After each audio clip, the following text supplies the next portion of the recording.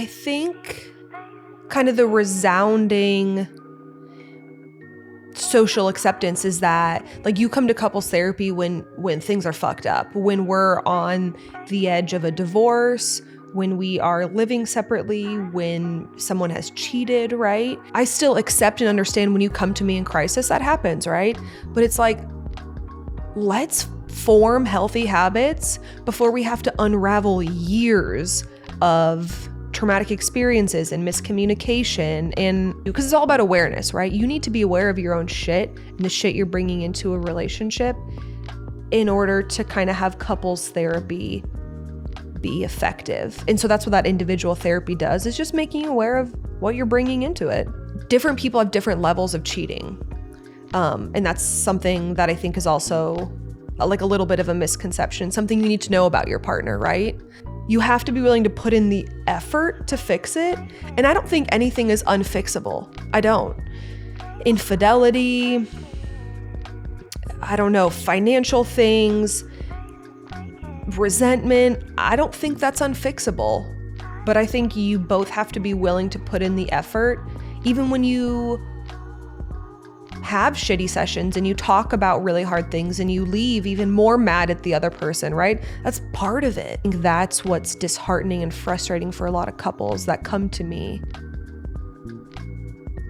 wanting to go back to normal. Because also you're not going to go back to normal or what the relationship was before one person cheated or stepped out. It's just not going to happen. So it's very common that couples are having sex twice a month. It is, right? Like you have life involved, like that's very real.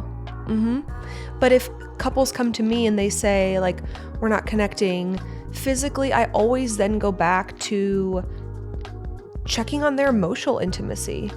Yes, I think it's important to kind of have some of that attraction and some of that initial chemistry, right? But it's about who you can fucking make it work with. It is. And I think that can happen with multiple people throughout your life. And eventually it's the person you choose to do it with. Welcome to another edition of the CYR podcast. CYR stands for Clean Your Room, because when you clean your room, you clean your life. Today, we have a special guest on the show. Erica Jensen. Hi. Therapist. Hell yeah. At Bear Company Counseling. Yeah. Doing her thing. Also doing some crisis response as well, too. Yeah. And doing big things. We're glad to have you here today. Thank you. I want to give you a second to just kind of introduce yourself. Let everybody know who you are. Yeah. I kind of did already, so we're going to be redundant with it, but just give us a little bit more. Yeah. Okay. So yeah, I've been with Bear. It's way over a year now, isn't it? Which is wild. Okay. So this is my first private practice job out of school. I went to grad school later in life. I was like 30 when I went back. I got my undergrad and then I did a bunch of stuff. Like I worked for Life Flight. I worked for a scuba diving company and traveled the world. And then I was like, I think it's time for like a change to kind of settle down. I want to get into like my career and what I want to do for a good portion of my life. So I went back to school, ended up here, which is amazing. Yeah, big moves. Yeah. But hold up, we're not going to just skirt past all of the life that you did before you made it here. I know. Like, I remember I was doing your interview and you were telling me about, I did scuba diving. And I want you to like tell us about that, because you didn't just do scuba diving, like you did scuba diving. Yeah. Okay, so right out of college, I worked for Life Flight essentially, and I was young. I was like 21 maybe, and it was so stressful, and I was so burned out, and it was just too early in life to feel like that. I was like, what am I doing? So then a good friend of mine that I grew up with, her parents started a scuba diving company here in the Midwest. And she was like, we're looking for someone to join our travel team, plan trips all over the world. And I was like, I traveled a bunch. I lived in New Zealand. Like I could do this. So I left my corporate job, went to work for a scuba diving company where we like wore hoodies and flip-flops 24/7. It was amazing. It was such a switch from the corporate world. And I want to say I did that for like 3 years. So as I was working there, my actual job was to like plan travel, but I obviously got like certified to learn how to scuba dive. I was a stress and rescue diver.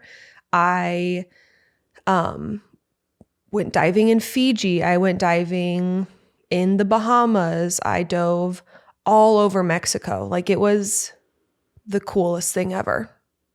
Yeah. Yeah, you legit for that. Yeah. And now it's just like a hobby. Now I have friends and we all go diving, and yeah, it's one of those hobbies. People always joke that it's like a rich white people hobby. Like we gotta call it what it is. You know what I mean? But it has that reputation for a reason, because you can dive through your whole life, right? Because it's really easy on the body. Like you're in the water, it's easy on your joints. So it's one of those like lifelong things that I'm like, I could do this forever. Facts.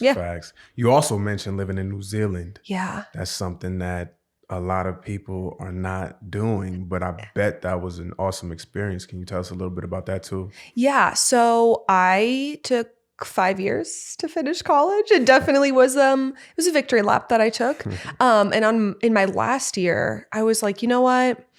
I was in a sorority in college, like a pretty typical college experience, which I loved. It was amazing. I met the most amazing people. But my 5th year, I was like, okay, I've kind of done the living in the sorority, like being on campus, and I was like, I want to do something different. So I decided to study abroad. I only speak English. So I was like, I think I want to go somewhere that speaks English just for like ease of communication.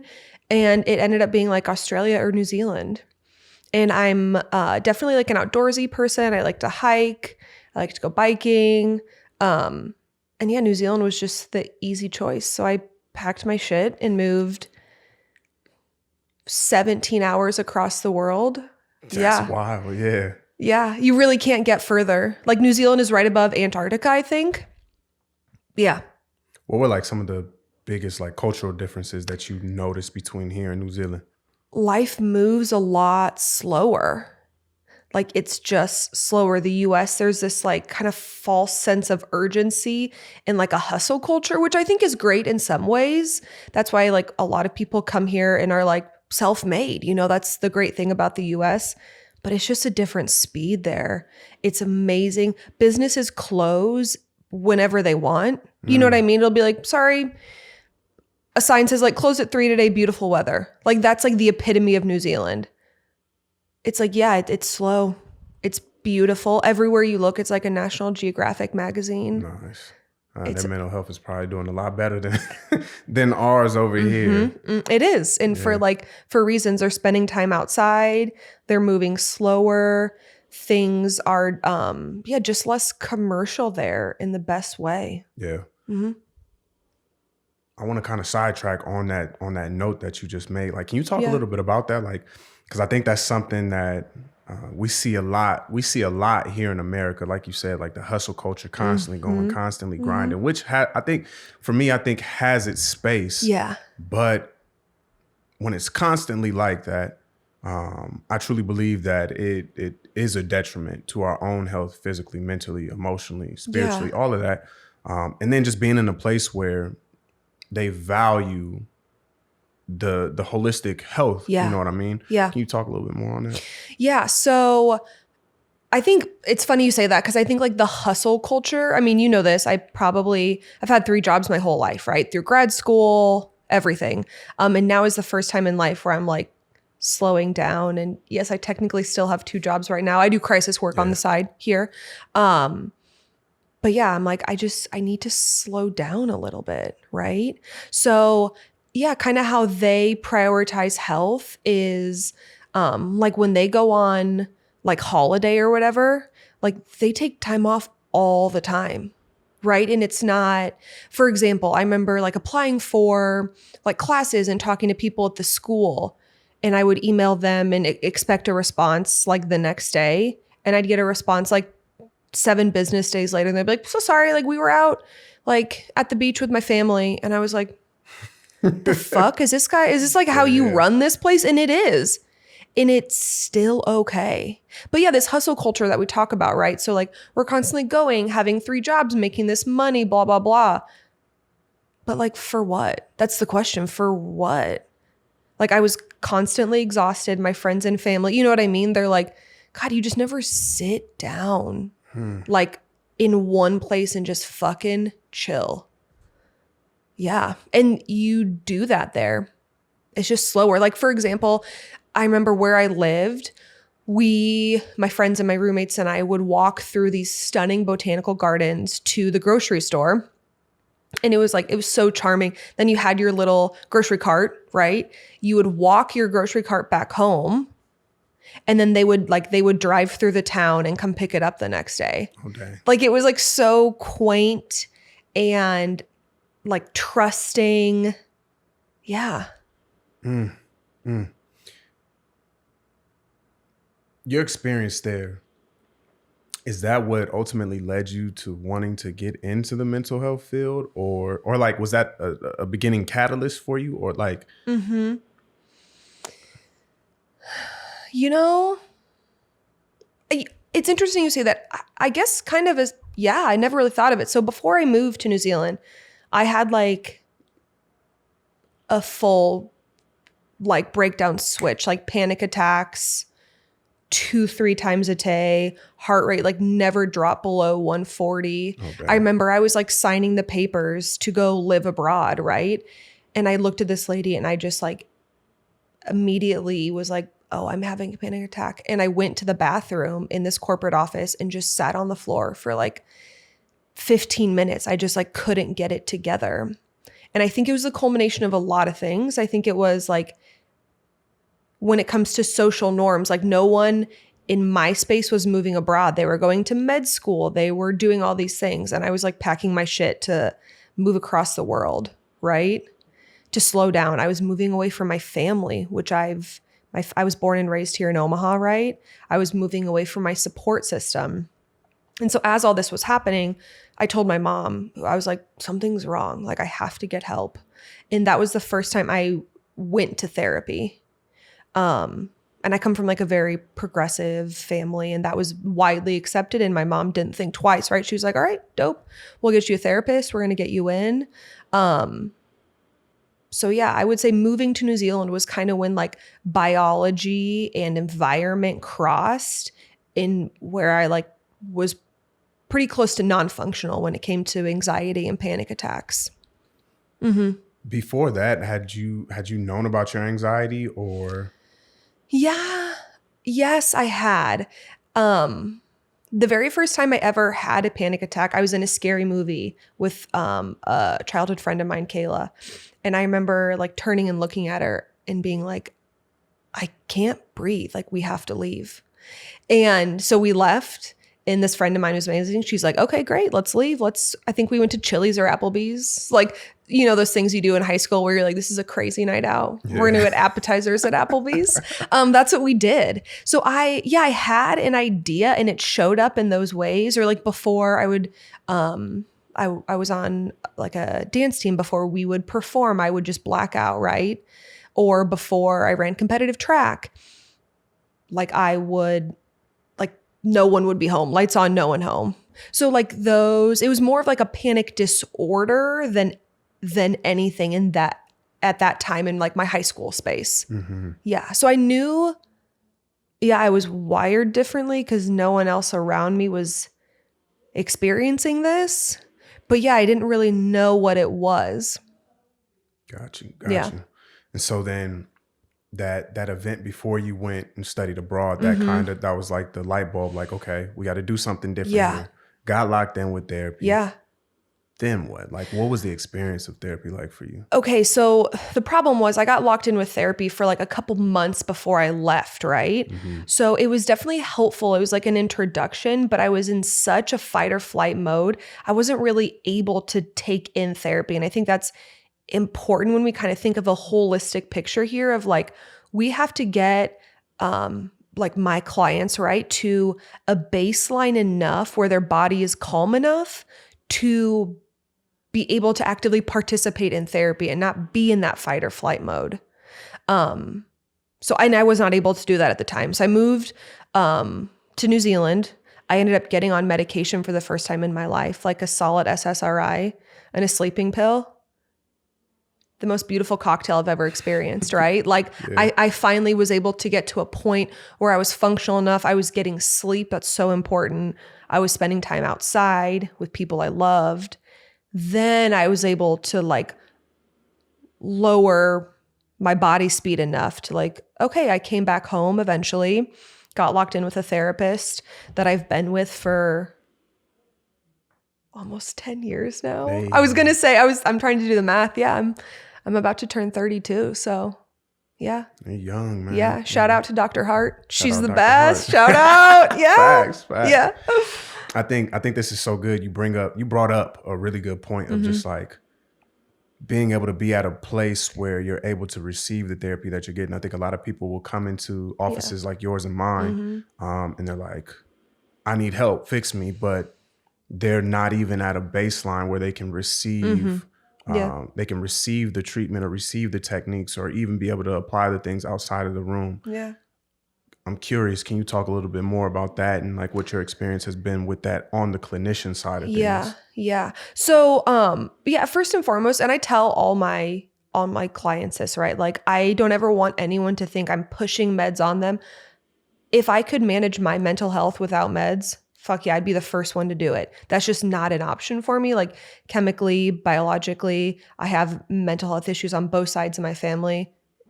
It's not in the cards for me. But and I know that now. You're a therapist, Erica. I know. You're a therapist, Erica. That's what they say. I know, right? Isn't it like... That was the most frustrating part for me though, right? Because I've resisted it for so long of taking medication. Because I grew up, my dad didn't really believe in medication, meaning like he was a very like naturally focused person, which is amazing if your body allows you to do that. Yeah, like I would love to manage my anxiety and depression and insomnia with a cup of cherry juice at night. But let's just be fucking for real. That's not happening with me. I need an SSRI. I need something to sleep at night. In addition to eating healthy, trying to limit my caffeine intake, even though I have this sitting right here, right? Like drinking water, moving your body. But yeah, I let my clients know that if that's something they need or it's something they want to explore, I refer out for that, right? Because that's not my job. I'm like, hey, like go meet with this person. Just because you meet with this psychiatrist doesn't mean you have to take meds, doesn't mean you have to take meds long-term, doesn't mean, right? Like it's just an option.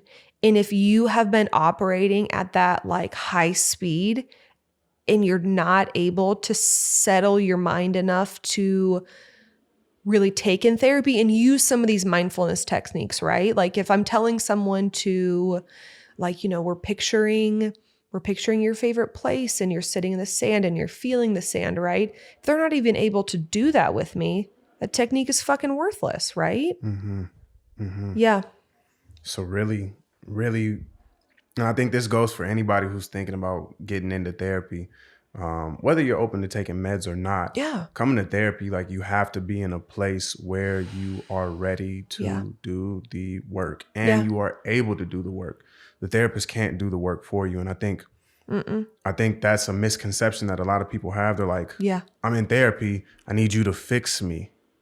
And it's like, my job is not to fix you. Yeah. Bro, sis, like that's not it. If I could fix you, I'll fix me, you know? Yes, literally. I'm like, fix me. I'd be first in line for sure, right? Exactly. And I think it's a fine line. You want a therapist that's relatable and that can self-disclose when appropriate, right? Of like, I tell my clients, like, I do take medicine and I've taken medicine, talking about my age, probably for 10 years now, right? Yeah, and I would love to be someone who can do it naturally and not take medicine. And that's just not realistic for me. And knowing like that's okay. And it took me years of suffering to be like, okay, I can continue suffering like this and have no quality of life, or I can take a pill every day. And that came to my choice, right? And my choice was, great, I'm going to take a pill every day. Facts. All right, hopping back. Yes. So we have this experience before we're about to go, before we're about to go to foreign exchange school. Yeah. And then we do life out there. We come back. scuba diving it up, doing that whole thing. How do we go from there to now I want to be a mental health therapist? We've already lived so much life. Tell us about that. Okay. So it was a very specific moment, and there was a man that I was dating at the time. We were like we were having dinner, and I knew I loved what I was doing in the scuba diving world, but I wanted something with like a little more meaning and longevity. I was like, I'm just kind of ready to like settle in, get cozy with what I want to do for like a majority of my life, right? And we were kind of talking about like what I thought I was good at and what I like to do. And it was like sitting here with a blanket, talking to people, hearing their stories. And I was like, what the fuck am I going to do with that? Like, I can't make a career out of that. And this guy who I was dating, his name was Tim. He was like, you should be a therapist or a counselor. Shout out Tim. Shout out. Quick. Look, listen. Shout out Tim. Shout out Tim. If it wasn't for you, we wouldn't be here today, Tim. Seriously. Thank you. Seriously. Yeah, but it was a moment. I remember exactly when it was, and I was like, what the fuck? I guess I can do that. And that's when this was also a hard transition because I was in like the professional world or working for 10 years. And then I went back to school, and that meant taking tests and studying again. And I was so out of that like realm of thought that it was tough. Like studying for the GRE, getting back into that mindset. Fuck me. Yeah, it was some bullshit. It was hard. Yeah. It was hard. But yeah, that was when I really sat down and I was like, okay, yeah, what do I enjoy? What do I think I can realistically do for 30 years and like be able to evolve with it and enjoy it? And that's how I ended up here. I feel that. Yeah. I feel that. Yeah. Now you're here. Now you're practicing. And so I want to hop into, we got some questions that we want you to hit. We about to put your expertise to the forefront. Who's like your niche population that you work with? So my niche population, I am mainly a couples therapist. I would say 80% of my work I do with couples, especially in the LGBTQIA space. That's kind of my bread and butter here. Facts.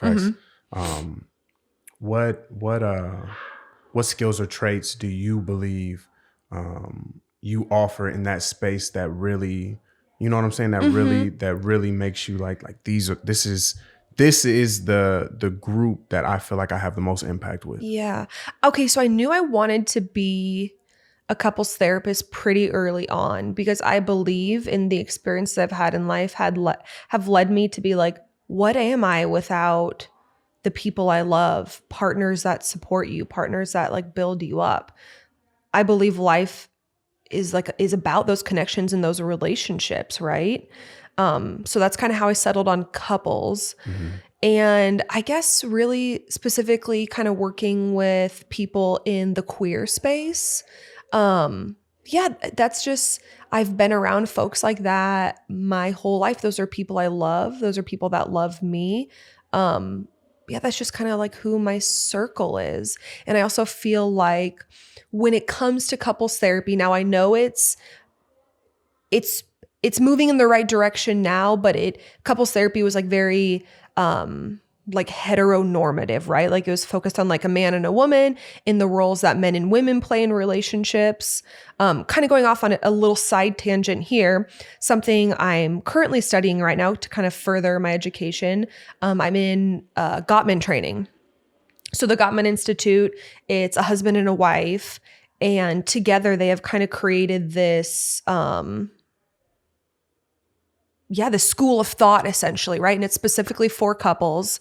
And it's very science and research based, which I like for some things.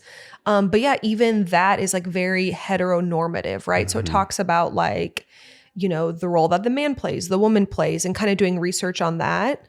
So I really wanted to make sure that when I worked with couples, people knew that it wasn't just men and women. I work with queer folks, trans folks, people who are asexual, everything, right? I hear that. Yeah. I hear that. Love that. You kind of hit on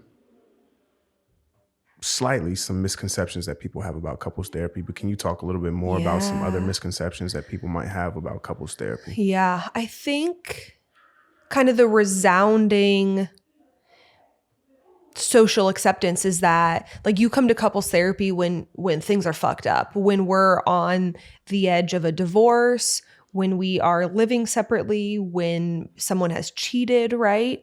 But it's a little reductive, but I make an analogy to a car, right? So like, let's just say you got this new car. You're driving it, you drive it for 2 years. You don't change the oil. You don't check your tires. You don't check that weird clanking noise in the back. Like you just roll with it, right? Yeah. Then you go to the auto body shop and they're like, it's totaled. Either it's totaled and you're completely fucked, or you have to spend all of this time and money fixing it. Whereas if you got this car and you got regular oil changes and you filled up your tires and you cleaned out your dirty, nasty fast food wrappers that I know all of us have in our car, then we can maintain it. And it's the same. It's like, I still accept and understand when you come to me in crisis, that happens, right? But it's like, let's form healthy habits before we have to unravel years of traumatic experiences and miscommunication and hurtful words. I think you hit something right on the head. It's like most people will come to therapy, and even just like the culture around therapy, individual or couples therapy, like it's like I go when shit is about to hit the fan. Yeah, it's exactly what I did. Yeah. You know, and it's like, why don't we take that approach where this is like maintenance work? Yeah. Like I don't have to be, my car doesn't have to be on the verge of like about to explode before I go and get it checked out. Like I go get it checked out every 3 to 6 months. And if there's something extra that needs to be done here, then we'll keep on bringing it back a little bit more. And so I think again, I'm gonna say it again because I think you hit it right on the head with that. I love that. Yeah. Another question. Hit me. I'm ready for some juicy ones. Let's get into it. Get into it. All right. Yeah. What are some signs that a relationship is in trouble but still salvageable? Okay. How I kind of work things in my office is when I meet with couples, I ask them, I have them write it down, right? Because we're in the same room together. I have them write it down. I say 1 to 10. I need to know where you guys are both at, right? Effort-wise. 10 being like, I'm fucking ready to put in the work. We're going to fix this. Let's do it, right? 1 being the divorce papers are in my car. And I have them write it down because I don't want 1 to go and then it affect the other's answers, right? They write it down on a piece of paper, 1 to 10. Where am I in willingness to put in work? And then they show me at the same time. And as long as it's above a 5, I work with the couple. Because a 5 is like complete ambivalence. Like it could work, it could not work. I don't know. So if it's above a 5, I'm like, great, let's do it. Now, let's say maybe one party is a 2 and one party is an 8. We got a real problem here because one person is willing to put in the work and one isn't. That's probably not going to work out. It's just not. You have to be willing to put in the effort to fix it. And I don't think anything is unfixable. I don't. Infidelity, I don't know, financial things, resentment, I don't think that's unfixable. But I think you both have to be willing to put in the effort, even when you have shitty sessions and you talk about really hard things and you leave even more mad at the other person, right? That's part of it. But as long as you come in willing and like the curiosity is still there, I'm like, we can fucking work with that. Yeah. Yeah. Infidelity is I feel like that's one of those ones where it's like when that happens, you're like, ugh. Like, how do you walk a couple through being able to bounce back from that? Yeah. Yeah. It's interesting you say that because like couples have different, even starting off different ideas of infidelity, right? So like an example of that would be like, I have couples who come to me and they'll be like, well, I was looking at my partner's Instagram or whatever, and I found that, you know, they were messaging other people on Instagram or messaging some girl. And then I have couples who come to me and they're like, yeah, my husband has been hiring sex workers for 2 years and, caught an STD and brought it home, right? Like different people have different levels of cheating. And that's something that I think is also like a little bit of a misconception, something you need to know about your partner, right? But yeah, when they come to me and they're like, we have no trust. Like, I don't trust this person at all. I'm living with someone who's like a stranger to me now. Those people come to me in crisis, right? They're like, I want to fix this. I want to have my partner back and I want it now. And the heartbreaking thing about that is that it takes little tiny acts of intimacy, of showing up for that person to build that trust back. And that can take a long time. And I think that's what's disheartening and frustrating for a lot of couples that come to me wanting to go back to normal. Because also you're not going to go back to normal or what the relationship was before one person cheated or stepped out. It's not going to happen. Talk on that. Okay. So yeah, a lot of couples too, they come to me and they're like, I want to get back to what we were. Like, take me back 2 years ago. Well, it's not going to happen, right? That's an unrealistic expectation that we're going to get back to. It's not going to be that way, right? How are we going to be moving forward? What is this relationship going to look like moving forward? It's kind of a time to like reinvent yourselves as a couple. I have a psychotherapist that I love. Her name is Esther Perel. She's pretty famous in like the social media world. She's brilliant. And she talks about, like infidelity is a time to kind of recreate yourself as a couple. Because clearly what you're doing before wasn't working. Whether it was emotional needs not being met, physical needs, intimacy, right? Sexual wants and desires and fantasies not being explored. So let's take this time to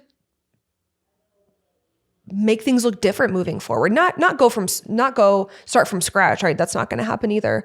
But yeah, what are we going to do differently moving forward? Because if we just get back to where we were before, this shit's going to happen again. And right back up in that same spot. Yeah, hell yeah. Yeah. So it's almost like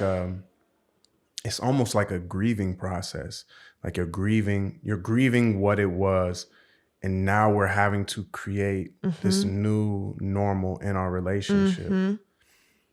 Can you talk a little bit more about like, just like what those stages are in a relationship, like what they look like and how it goes, like kind of from conception of a relationship, and how everybody's like, oh, I love this person. And then we get to know the person for real. And then they start, you know what I mean? Like, yeah. You mean like how a relationship changes over time? What do you mean? Okay. Yeah, I mean, I think maybe I'm interpreting this differently. Real quick. Caveat two. Okay. Because I think a lot of people, and I think Disney fucked up a whole generation. Yeah. Because when you wish upon a star, you get your knight in shining armor and you get your princess that fits that glass slipper and you live happily ever after. That's what everybody, I think, not everybody. We ain't gonna say everybody. I'm not about to do y'all like that. I think there's a lot of people who are prescribed to this notion that my relationship is supposed to be perfect forever. We're gonna be happy together forever. My person, like my exact person is out there and like they're gonna be right there and I'll know it and will always be good forever. Yeah. Okay. I'm gonna start this by saying this could sound bitter, and I hope it doesn't. No. We hope it does sound better. Okay, great. I don't personally believe in the one for someone. Tell them right there. Motherfuckers, listen here. How many people are in the world? A lot. I don't believe there is this one person that is perfect for everyone, right? And listen, for a lot of reasons. One, we can be naturally attracted to someone, right? Like that's kind of like the chemistry you first feel when someone walks into a room and you're like, oh, damn, okay. I'm like into what's going on over there, right?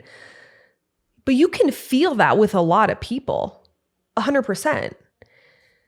Also think about like different times in your life. Someone you're dating when you were 20 is certainly not someone you're dating when you're 30, right? My grandma always said that there should be a rule like every 10 years you can decide if you want to keep your marriage or get rid of it. Listen, shout out to Carol. Shout out to Carol. But because it's just like you change so much, right? As you're going through life. Yes, I think it's important to kind of have some of that attraction and some of that initial chemistry, right? But it's about who you can fucking make it work with. It is. And I think that can happen with multiple people throughout your life. And eventually it's the person you choose to do it with. It is. So, and I don't want it to sound bitter because I know some people meet their partner, their husband, their wife, their spouse, and they're like, this is it. This is it. Sign the dotted line. Let's go. And that's amazing. And I know it happens. But I think that is the exception. That is like the 5%, right? Dude, this shit's messy. Even then, I think that like to what you just said, because what you just said was gold. Like it came down to those people making that choice. Yeah. And I think where that 5% comes in is like they were hardwired differently through what they were taught and what they were shown growing up. A lot of times, like, okay, like I saw my parents make it, I saw my grandparents make it, I saw what they did, I saw how they thought about their relationship, and so it makes it easier for them to be able to commit to something, and they see the ups and the downs, and they see all of that stuff. So it's not like this huge like, well, what if this doesn't work? There is no what if this doesn't work. It's how are we going to get through it, as opposed to that. So I love that answer. All right, we're gonna hop to another question. Okay. Communication in relationships. Yeah. What do you believe are some of the most common communication mistakes that couples makes? Okay. That couples make. I feel so strongly about this. Straight to the camera. Listen up. Stop fucking texting. I don't mean totally. I mean, stop having conversations, hard conversations in person or over FaceTime, right? So much can be lost. The nonverbals, the tones. I have an exercise I do with couples where I have them say, sounds good in like 3 different ways. So it'll be like in a text, right? It can be like, sounds good. It can be, sounds good. It can be, sounds good, right? Like 3 very different like inflections and tones that you miss in just writing. And I think now that texting isn't social media, but with like electronics and phones being so integrated in our lives, we have kind of lost the ability to have these hard conversations in person. People are really uncomfortable with it. People kind of take the easy way out and they'll text these things, right? And I think that's a huge problem. Stop fucking texting hard conversations. It's almost never productive. But I don't know how to have hard conversations because every time I, go to try to have a hard conversation, it just turns into an argument. What do I do there? Okay. This is another kind of rule I have, and I'll see if I can remember it. I go by the rule of T's. So it's tone, turf, timing, and tempo. So when it comes to hard conversations, so tone, what we just talked about, like be aware of your tone, right? Like when you feel yourself getting angry and kind of switching that tone, be aware of it. Be aware of it, be able to take a pause, right? Timing, for the love of fuck, don't have these conversations at 11 p.m. in bed, right? Like that's just not conducive. It's not a good idea. What do I say? Tone, turf, timing. Once again, timing in the evening, right? And tempo. This is a big one because when you are having a lot of these hard conversations, you get emotionally charged, your heart rate rises, right? Your blood pressure rises. And kind of circling back to some of the Gottman work I'm doing, there's research proven that like your heart rate and your respiration rate has to drop below a certain level in order for you to like actually take in what the other person is saying. Yeah. And I can't remember what it is off the top of my head, but your body, once again, has to be calm enough and in a state where you're able to take on these hard things. So if that's the case, when you're having these tough conversations, it's totally okay to take a break. It's okay to say to your partner, okay, I need 5 minutes. I'm going to go sit in the sun and I'll be back. But the important part of that is if you're the one taking the break, you need to be very clear of when you're coming back, right? So you say like, it's going to be 5 minutes. Hey, can I take a day to think about this? Can we circle back in 24 hours and I will be the one to reinitiate the conversation? So you kind of still have that comfort in knowing like, you're not going to be like, okay, I guess I'll just wait around until we talk about this again. You have the reassurance that your partner is going to come back to you at a certain time when they're ready. Yeah. No, that makes sense. Something that I've noticed, I don't work with couples like that anymore. It's just not, it's cool. Okay, wait. Explain this to me because people either like they love couples or they don't. And tell me why you don't like working with them. The roles have reversed here. Yeah, they did. Man, you put me on the spot. Okay, so when it comes to working with couples, I think it's cool. It's great. It's awesome. And like you're so full of shit now. I'm so full of shit. Yeah. I'm so full of shit. Yeah, tell me what you really think. It's just not fun. And I didn't get, like, I'm not looking to have fun with clients. I'm looking to help clients. But it just does not bring me peace. And like, I don't, you know what I mean? Like I'm in, like where I really am in my bag is when I'm working with those boys and men who are aged like 10 to like, you know, about 40, where I can really just, and just like when I'm doing couples work, I'm like inside, like my clients, like when I have done couples work, they probably never noticed because I work with couples and like I've helped some and, you know, I've had some that have continued to like grow in their relationships and stuff like that. But just like inside while I'm doing it, it's like my fucking mind is being pulled apart. I want to grit my teeth. I'm like, fuck this, you know? Yeah.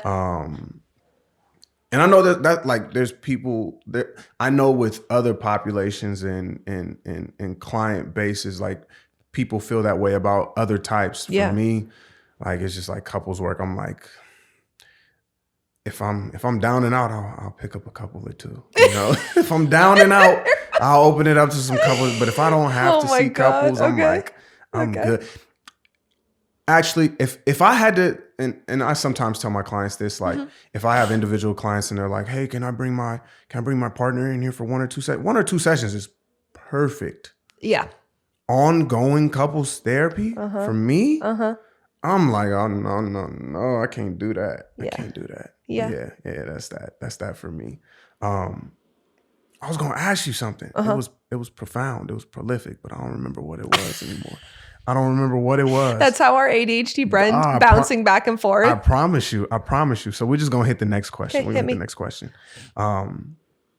What advice do you have for couples who feel like they've lost emotional or physical intimacy? Okay. So couples that come to me and they have lost either one of these, right? Typically, I see couples come to me and they say like, yeah, we've lost physical intimacy. We're not like having sex at all, maybe twice a year, right? Twice a year is wild. Yeah. But Peyton, I mean, that's real life. I know. That is wild though. And I mean, that's one end of the spectrum, right? But I mean, it's very common that couples are having sex twice a month. It is, right? Like you have life involved, like that's very real. But if couples come to me and they say like, we're not connecting physically, I always then go back to checking on their emotional intimacy. Because let's be honest, like, yeah, we've all had one night stands where we go out and you're like, that was great. It was fun. But you're not having long lasting, fulfilling, good sex with someone you're not emotionally connected to. You're just not. So I go back to, are we connecting emotionally? And that's what we focus on first. And then we can go to like physical intimacy. Mm-hmm. And I'm going to get on a little bit of a soapbox here. Do it. So when couples come to me and they talk about like mismatched sex drives or mismatched expectations with sex, which let's be real is 95% of couples, right? Like one has a higher and one has a lower. That's just how it is. There has to be compromise on both ends, right? Because if the higher sex drive person, we're always going up to meet their needs, having sex once a day, right? Or once every other day. This other person is exhausted and resentful. And they're like, this isn't fitting my needs and my desires. Both people have to be willing to compromise, right? And also something big we talk about in session is non-sexual physical intimacy. Okay.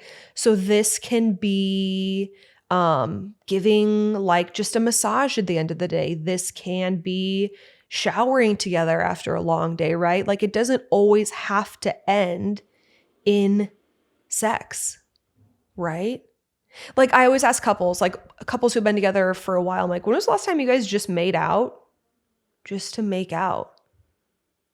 And they're like, ooh, that's like typically like part of the foreplay leading up to sex. I'm like, yeah, what if you guys just made out? What do you think about that? Right? So we talk a lot about non-sexual physical intimacy because a lot of times too, those little acts then lead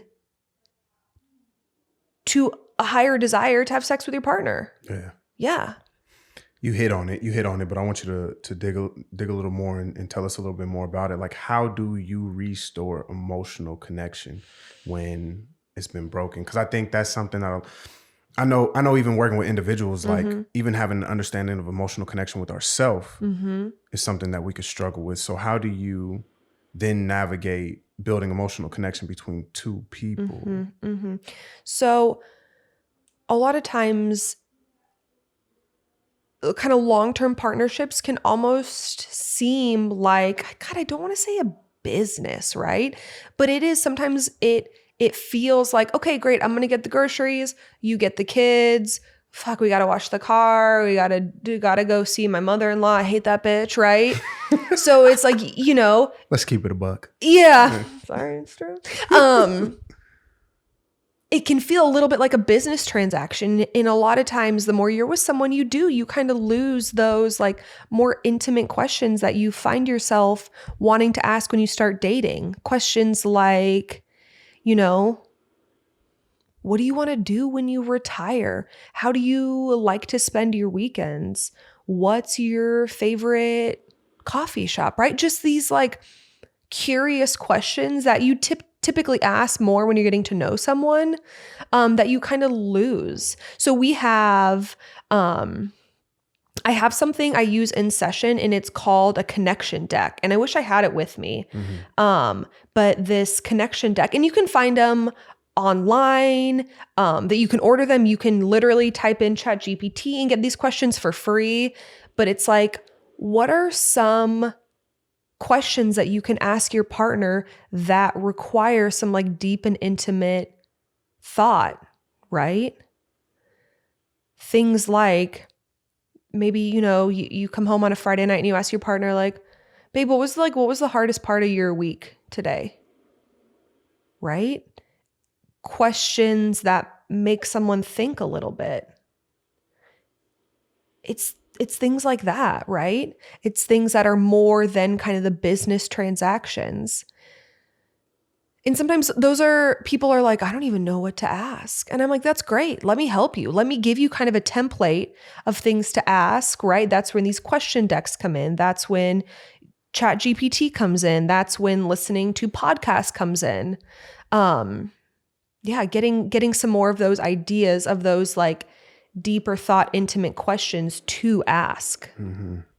Love that. Yeah. How important is it for individuals to be doing their own self-work in conjunction with couples therapy work? Incredibly important, right? Because you can, but it's hard when you have two people coming to couples therapy that have a lot of insecurities on their own and, trauma in past relationships, and working through, like what they saw as successful couples growing up. What were their parents like? What were other people around them, right? What were they doing in relationships? And some of those things are harder to work through as a couple as opposed to individuals. I also understand that some people don't have the luxury of, in the time and the money, to go to individual therapy and couples therapy, right? I understand that. I don't think that should be a barrier to care. So a lot of times when I work with couples, I also will meet, like, 1 week we'll meet separately and then the next week we'll meet together, right? So we can kind of do some of that individual work and then come to, because it's all about awareness, right? You need to be aware of your own shit and the shit you're bringing into a relationship in order to kind of have couples therapy be effective. And so that's what that individual therapy does, is just making you aware of what you're bringing into it, good and bad. Facts. That makes sense. All right, a couple more questions.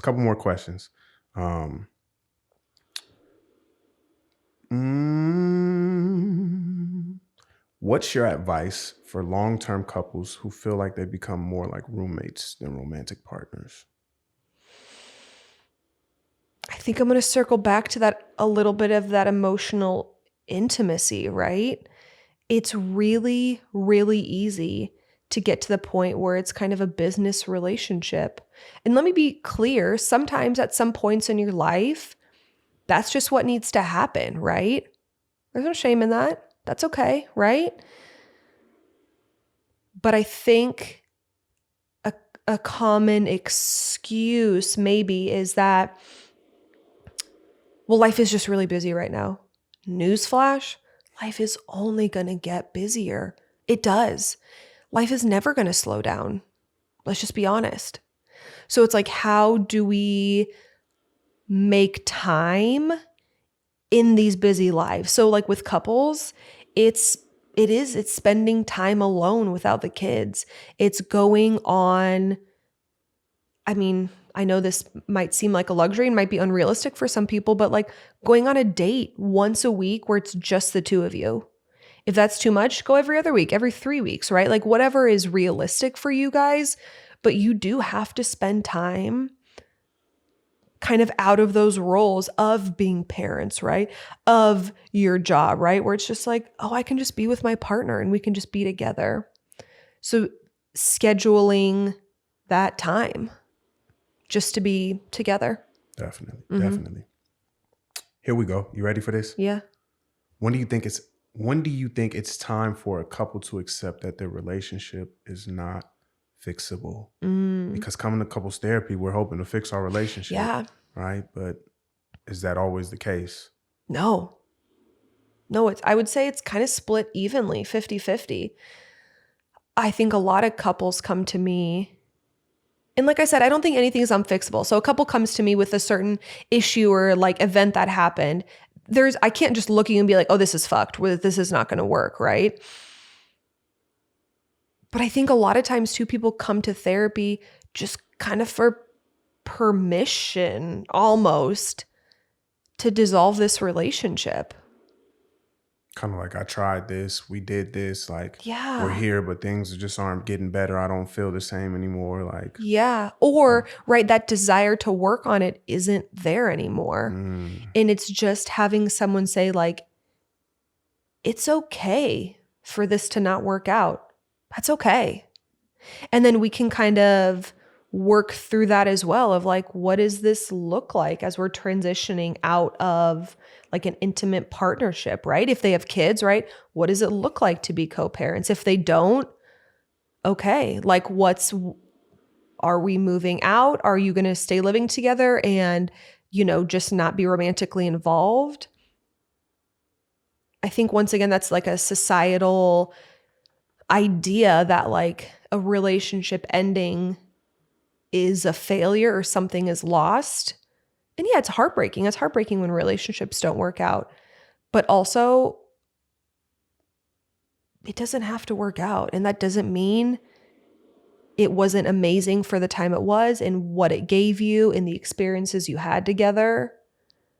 I think, and something is interesting too, when I sometimes allow the couples to know like, it's okay if this doesn't work out, it takes some of that like crushing pressure off.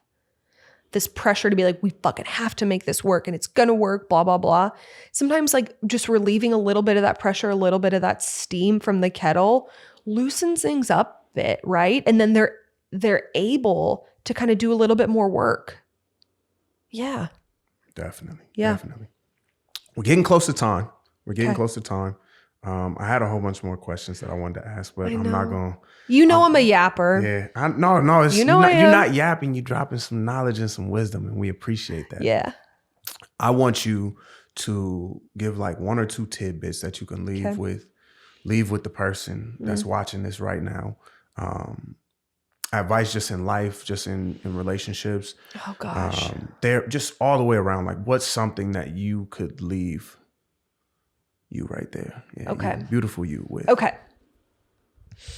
Gosh, I always struggle with these. It's like, it's like the fun facts for like icebreakers, and then you like forget everything you've ever known about yourself. Yeah. I'm like, I don't know. Okay.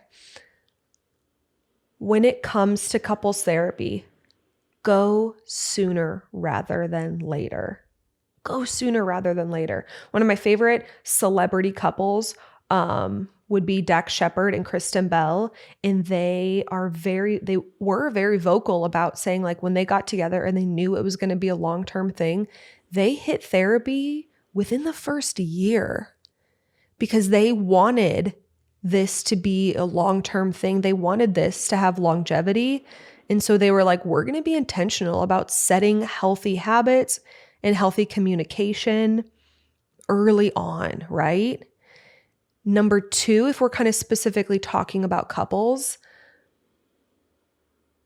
do the work on yourself first, right?